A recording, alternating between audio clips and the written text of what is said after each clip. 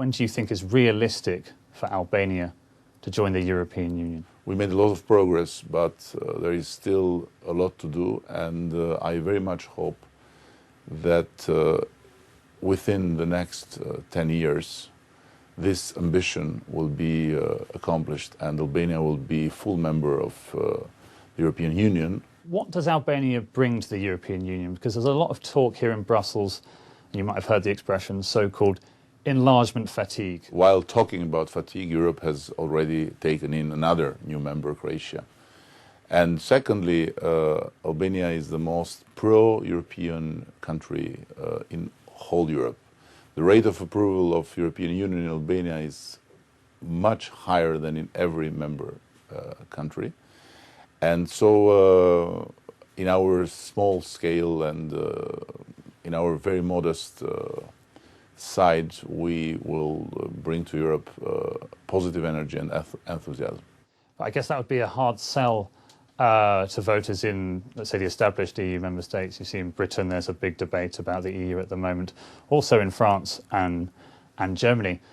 Those concerns stemming from the image that your country has with regards to corruption. It's not undeserved in a certain extent, but it's very, very caricatural in another sense. What this debate is about the frustrations of people in the member states. Is not, and these frustrations will not be relieved keeping out Albanians or Serbs or Macedonians or Montenegrins from the European family, because in fact have nothing to do with it. So who is against enlargement is against enlargement for much more local political purposes than for any genuine preoccupation of where Europe is going. So what concretely do you need to do? I mean, do you need to have a clear out of the civil service? Do you need to, I mean, what are the root and branch reforms that you're going to enact? It's very clear. Them who got in through a path of modernization.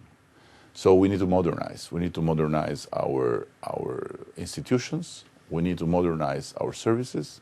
We need to modernize our ways of communicating, and we are ready to do it, and we'll do it. You're obviously very well known internationally for your tenure as the mayor of Tirana. I mean, given that corruption is so endemic in Albania, were your principles ever at risk of being compromised? I think corruption is the result of broken systems, not of people DNA. Because at the end of the day, if there is an agency where there is corruption, it's not about Albanians or Brits. It's about the system in this agency. So if you bring these people, Albanians, to Britain and put them in your civil service, they'll not be corrupt because there is no chance to be bribed. But if I bring some of your people in Albania and put them in this agency, there are many chances that they'll get corrupt. Did anyone try to bribe you during your time as mayor?